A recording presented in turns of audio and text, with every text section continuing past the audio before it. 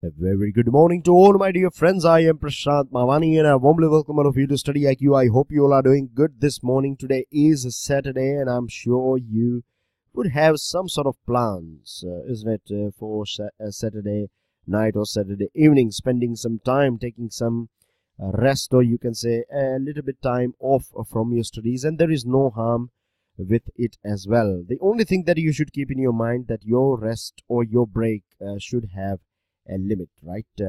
That's the only thing. And one more thing, that whilst you are on break, make sure you are on your break and not thinking about your studies. With this, dear friends, let's have a positive start. Happy are those who take life day by day, complain very little, and are thankful for little things in life. If you just sit down for 5 minutes and think about the things that you have in your life, right?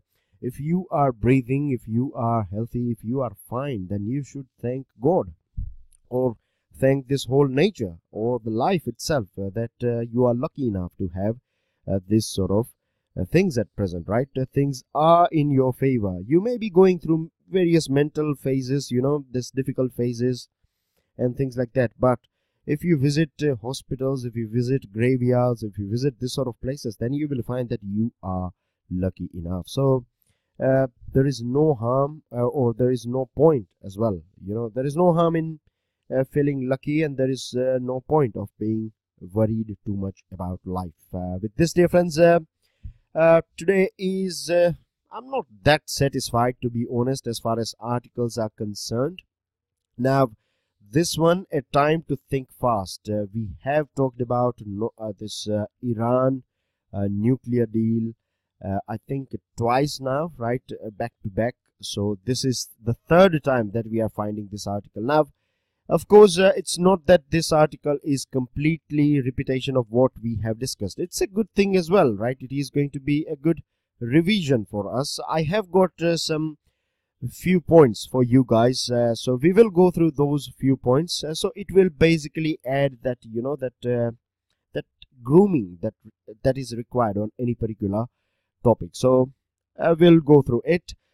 You have this one. This article is important, no doubt. This is about in a state of energy poverty. Very important article.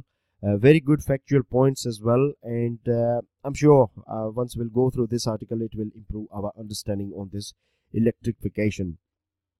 Then you have this loss of innocent, lynching, incidents of lynching taking place in Tamil Nadu. This sort of incidents, or you can say a sort of culture, that is means 3 incidents at different point of time.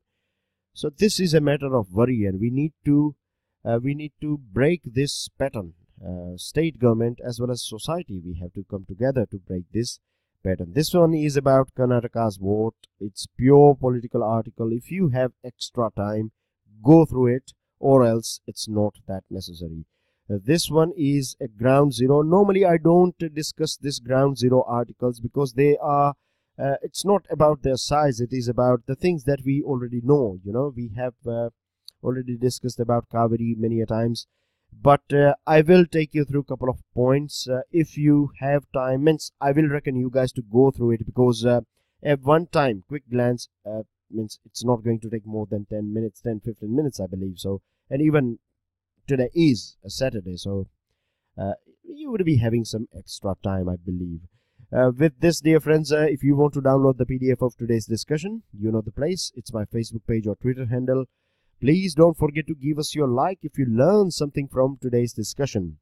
You guys are brand ambassadors of this video, so make sure you share this lecture, your words, when you will, if you are following it from 5 months or 4 months or 3 months, if you are following it on regular basis, then you know the quality of the things that we discuss here, and your words will matter. So make sure you share or spread the words regarding this Hindu analysis in English. With this good news for you, 50% discount available on our pen drive and tablet courses, valid till 15th May only. So check out StudyIQ.com to get one. Now let's start our discussion with this in a state of energy poverty. Recently, Government of India declared this thing that villages in our country are 100% electrified. basically we talked about this thing that when government is saying that 100% village electrification has been achieved, it means that infrastructure, right, that infrastructure that can, or basically if we go technically, right, the technical definition is 10% of households should have electricity. Then all this public facility like your school, your clinic, your Gram Panchayat office and things like that should have power as well, power connection. So this, under this Deen Dayal Upadhyay scheme, you will declare this village as a electrified village. Now, what about all those households, that 90% households? See, the thing is, one thing that we have to understand, that government cannot force you to take electric connection, isn't it? Government can create this infrastructure, this setup, that if you want electric connection, then you can apply for it and you will get electric connection as soon as possible. This is the best government can do, but it cannot force you. It cannot force or provide this electric. Means you can understand that if you don't want it, it is your choice. So this is the thing. Now, this is a very interesting statement that was said by a member of Constituent Assembly, K. Santhanam. He said that what we are getting, what we are inheriting, is a virgin field of electrification. When our country got independence from this British rule, at that point of time, these developed countries, or countries that are developed at present, or their status is developed at present, they were engaged in electrifying their villages and their country. And here, after 70 years as well, you know, the situation in our country, we declare, or we call ourselves as a net supplier as well as exporter of electricity. We do provide electricity to Bangladesh, we do provide electricity to Pakistan, we do provide electricity to Nepal as well. But when it comes to our country, we find that there is a big imbalance, right? We have a big imbalance in our country, and we cannot say that our country is means we have completely got rid of this energy poverty. Not at all. It's a big no if we are saying that we are not energy poverty. Yes, we are energy poor.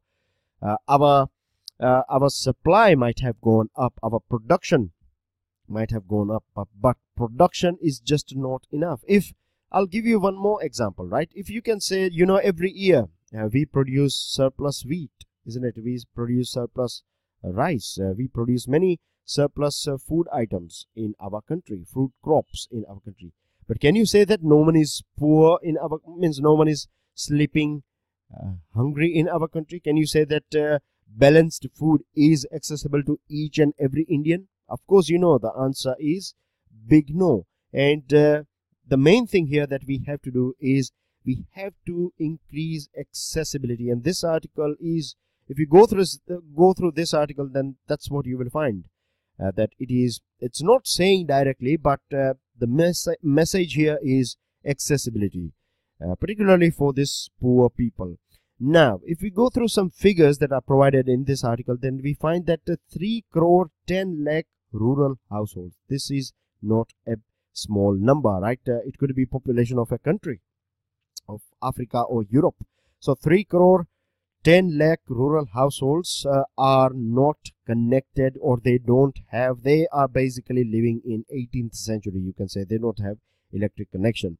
In urban area, you find 50 lakh houses. Now the thing is, remember, this 3 crore 10 lakh rural households are not located at just one place. They are in different parts of our country, particularly in this 7 states. You will find UP, Bihar, Odisha, Jharkhand, Assam, Rajasthan and Madhya Pradesh.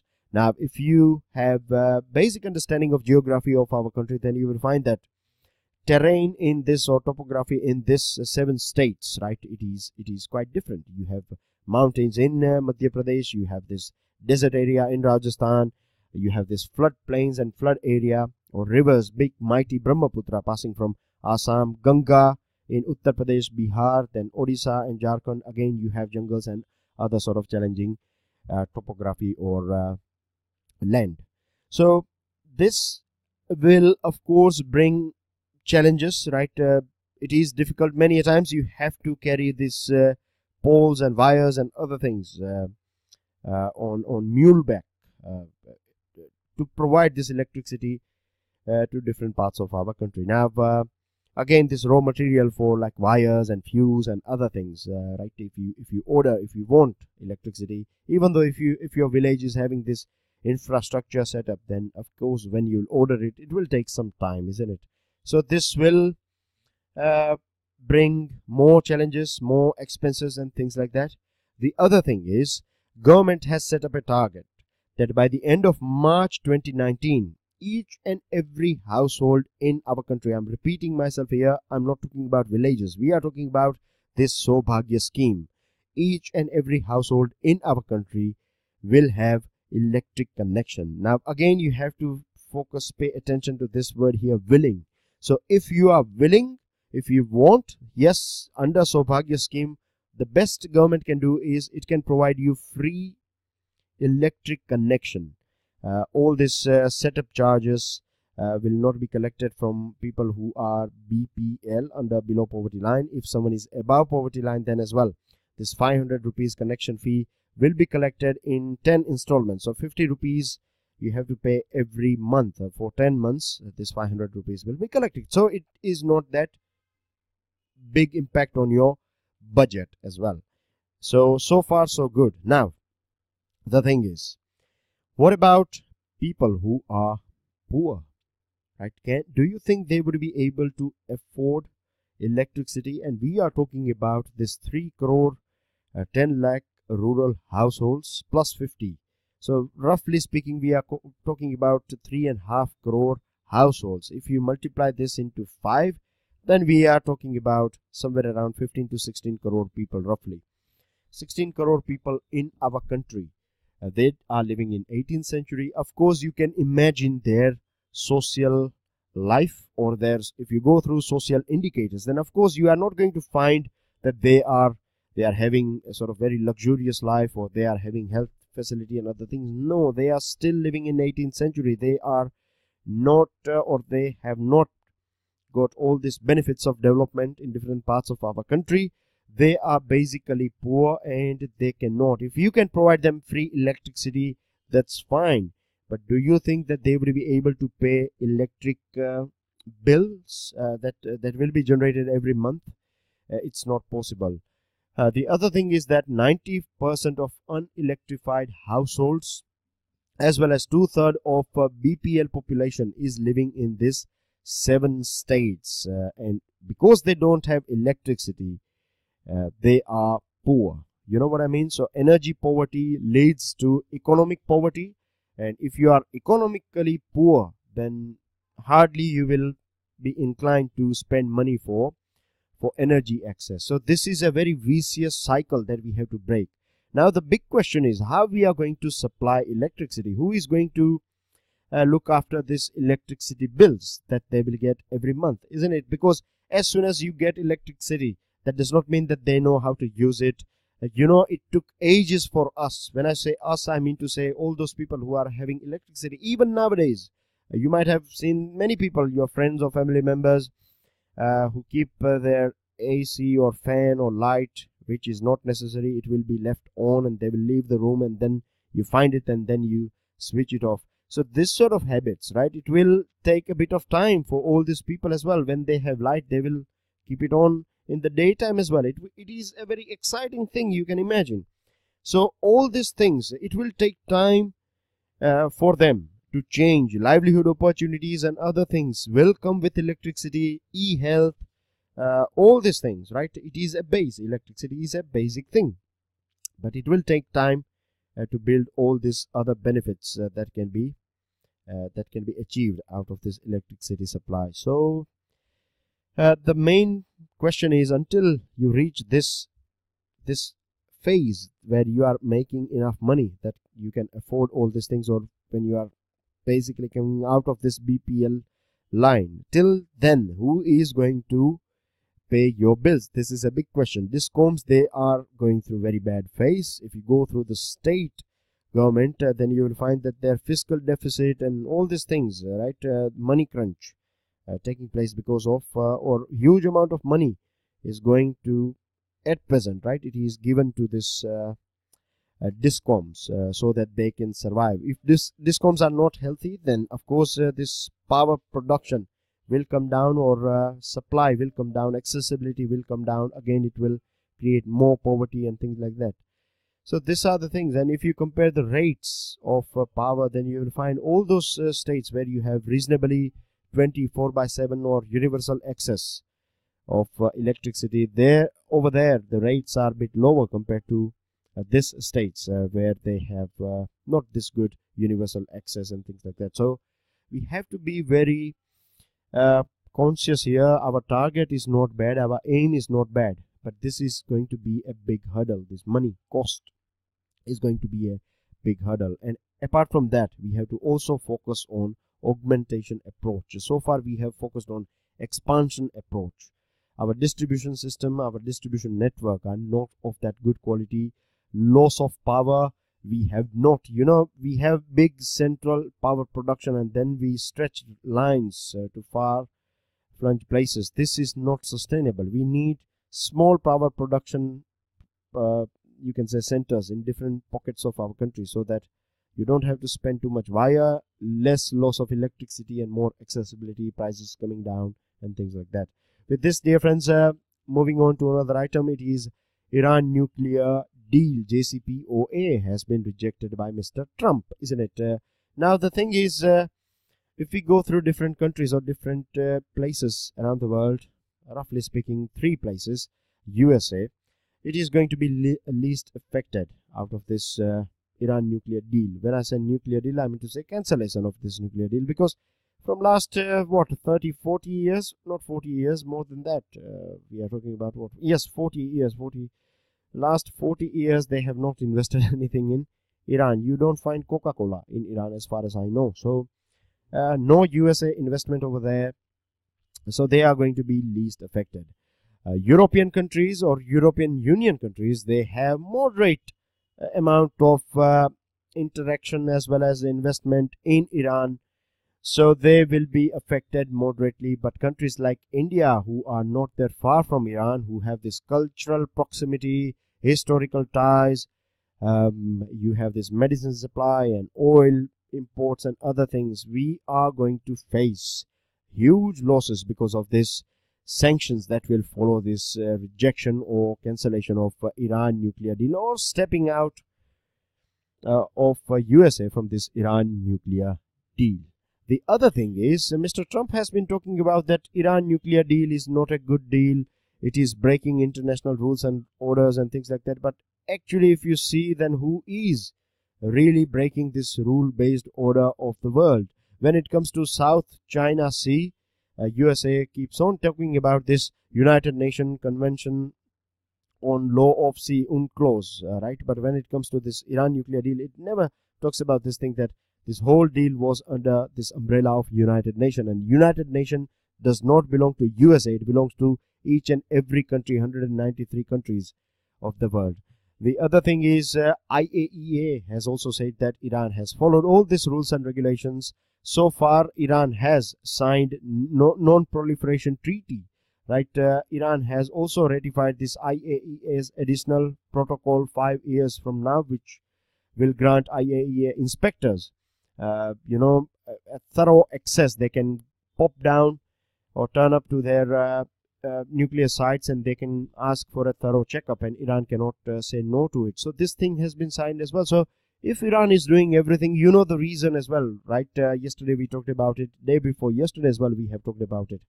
Now the thing is, Mr. Kim Jong-un is not going to be happy about this thing, because recently Mr. Trump has announced this thing that this venue as well as date of meeting with Mr. Kim has been decided. This will be declared very soon. So if we are, say for example, if the world is going to work for this denuclearization, then how reliable is USA in terms of international relations, in terms of India USA relation as well? How reliable or is USA? What about Mr. Trump's administration, right? They can take a sudden, or they can do a sudden maneuver anytime, and all our plans will fail. What we really need, if we want to sort this thing out, then USC has to understand that sound diplomacy is the only thing that will work here. During Barack Obama's time, or the biggest achievement of Barack Obama was this nuclear deal, Iran nuclear deal. But this has been, you can say that unnecessarily Mr. Trump has cancelled this thing. Then Transatlantic Security Partnership. In between you have Atlantic, between Europe and USA. And they are allies forever, you know. They have been together in World War. I'm talking about UK, France, and other countries. Nowadays, Germany as well is on board. Those days are gone. So all these countries are working together. They have been working together. They have worked as ally under this NATO umbrella as well. But USA has upset them during this Paris Agreement. You know how they took this Jerusalem decision as well. This is all these things are taking place under Mr. Trump's administration. Recently, Major General Mohammad Bagheri of Iran has said that Iranian people never favored the nuclear deal. At present, this President Hassan Rouhani is considered as a moderate person, but these hardliners, you know, they are becoming more aggressive in Iran, and if we get another hardliner, then it is going to bring fresh trouble for the whole world.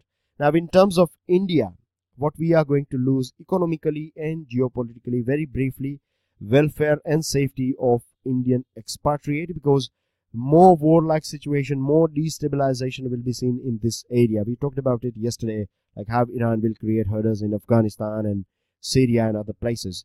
Then oil prices will go up, it will kick inflation, remittances will come down. India's dream of accessing Central Asia via Chabahar port will be shattered as well, or will face some more problems and things like that. Now, if see the situation of our country, if China, right, USA at present is on one side, European countries are on the other side. They are not happy about this Iran nuclear deal, or stepping out of USA from this Iran nuclear deal. So China and Russia can come together, and other European countries may join in, or other like-minded countries may join in. But what about India? India will find itself in a corner. So this recent meeting between Prime Minister Modi and Chinese Xi Jinping, you know, they decided that they will work together in Afghanistan. So we can work together in Iran as well. And if we do it, then we can be part of this China-led or Russia-China-led whole team that is not happy with this USA's decision. And this is the only thing that can save us from all these negative items. With this, dear friends, we find this loss of innocence. It is about these mobs, right? Nowadays, we have seen this thing taking place in many different parts of the country, but this is very strange that in Tamil Nadu, 3 incidents of lynching. Lynching basically means that people taking law in their own hand. What happened in Pulikat, a homeless person was sleeping on a street somewhere, and people started beating him, and he was killed. And later on, people realized that he was not the person who is kidnapping kids. A 55-year-old lady, she basically asked, or she was looking for an address, and some kids provided her with address, and she thanked her as a gesture. She gave some chocolates, and this was considered by the people of this different parts of Tamil Nadu. I'm not saying everyone, but the place where this sort of things took place. They thought that this lady is associated with this gang of kidnapping small kids. So she was beaten up and she was killed as well. A 30-year-old man was killed, and later on it was realized that he was not associated with this burglary or stealing things, you know. So this sort of things, when without investigation, when emotions and, you know, when this rage takes place, and when this mob takes law in its hand, it indicates anarchy. This is something that is not acceptable in a democratic setup. We have laws, we have courts, and our society has always been, it should be, means, of course, when I say has always been, everyone do understand, generally speaking, that law is above us constitution is the main authority. But then as well, we find this sort of things taking place in our country, but we have to get rid of it, and state government has to take some strong actions. We cannot allow a powerful mob to take over this whole system. With this, dear friends, we have this this Kaveri River article, this big article, ground 01. Now you can see, I'll give you some basic understanding about peninsular river as well as Himalayan rivers. You have Himalayan rivers, they originate from Himalaya, so during snowfall they have water, summer ice melt, they have water, monsoon they have water. Here you have peninsular river, so they get, the only source for them to get fresh water is rainfall, and nowadays we see this rainfall is becoming more and more erratic. Sangam era, Sangam is literature, right? In Tamil Nadu, it all started in Tamil Nadu, and in Madurai.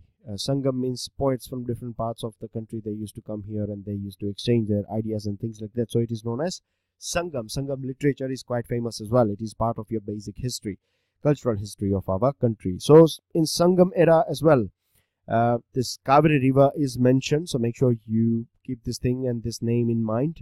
The work of Pattina Pallai has described this Kaveri as an eternal river, a river that is carrying water throughout the year. Now what we find is that on an average it is having water only 3 out of 1 year, it is having water only 3 to 4 months, right? It is carrying water. Rest of the year, or for rest of the months, it is just a sea of sand. One of the reason is construction activities and loss of green cover, and the other one is natural, that is rainfall level. Of course it is indirectly artificial, because it is because of us, global warming and other things that is created by man-made. It is man-made, isn't it? So this sort of things are creating this sort of erratic rainfall, and it is going to increase water stress, water fight, water wars between different states. So the best thing is, what we can do is, we have to be very careful when we are constructing something, because once you construct a building, then you can never change, you can never turn that piece of land back into agricultural land. We have destroyed it forever, so we have to be very careful. The other thing is that our usage of water, how we are using it, how much we are using it, we need to sincerely think about this thing. Per drop more crop, this should be our mantra, this should be our practice. Only then we would be able to get rid of all this things that are going on. Now India Prime Minister is in Nepal. Both countries have decided that they will work together. India has assured that India stands for United Nepal. Collegium backs Joseph's case, so now government cannot reject it. We have talked about it earlier on. This is a very sad news coming from Mumbai. A senior police officer, IPS officer, very famous, Himanshu Roy, has committed suicide. He was fighting cancer, and dear friends, it's a sad thing, right? He is a very decorated officer. He has been associated with very important cases as well. He has cracked many important cases. He has worked in ATS and other things. He was chief, a senior, you can say, bureaucrat. But the thing is, he was suffering from this cancer, and it is sad. It is sad. Anyways, moving on, dear friends, I would not like to comment or pass any of my views on this thing. It is definitely painful for the family of Mr. Roy, and for the country as well. We have lost a brave officer. India is going to help Rohingyas to settle back. Here are the things said by Sushma Swaraj. Navy is going to use big data and artificial intelligence. Ramayana Circuit gets a new bus. This will promote tourism. WTO, World Trade Organization, India is going to take on USA. It's regarding subsidy rate, and you have this butterfly that we have found back again. Earlier on, 1917, we used to find it in Assam. Now again it has been pictured. These are your answers. This is your question of the day and an MCQ, 50% discount. Make the most out of it. Again, do share this lecture with your friends. Don't forget to give us your like if you have learned something from this discussion. Thank you very much for your support and for your appreciation. Enjoy your studies. God bless you all. Enjoy your day. Jai Hind.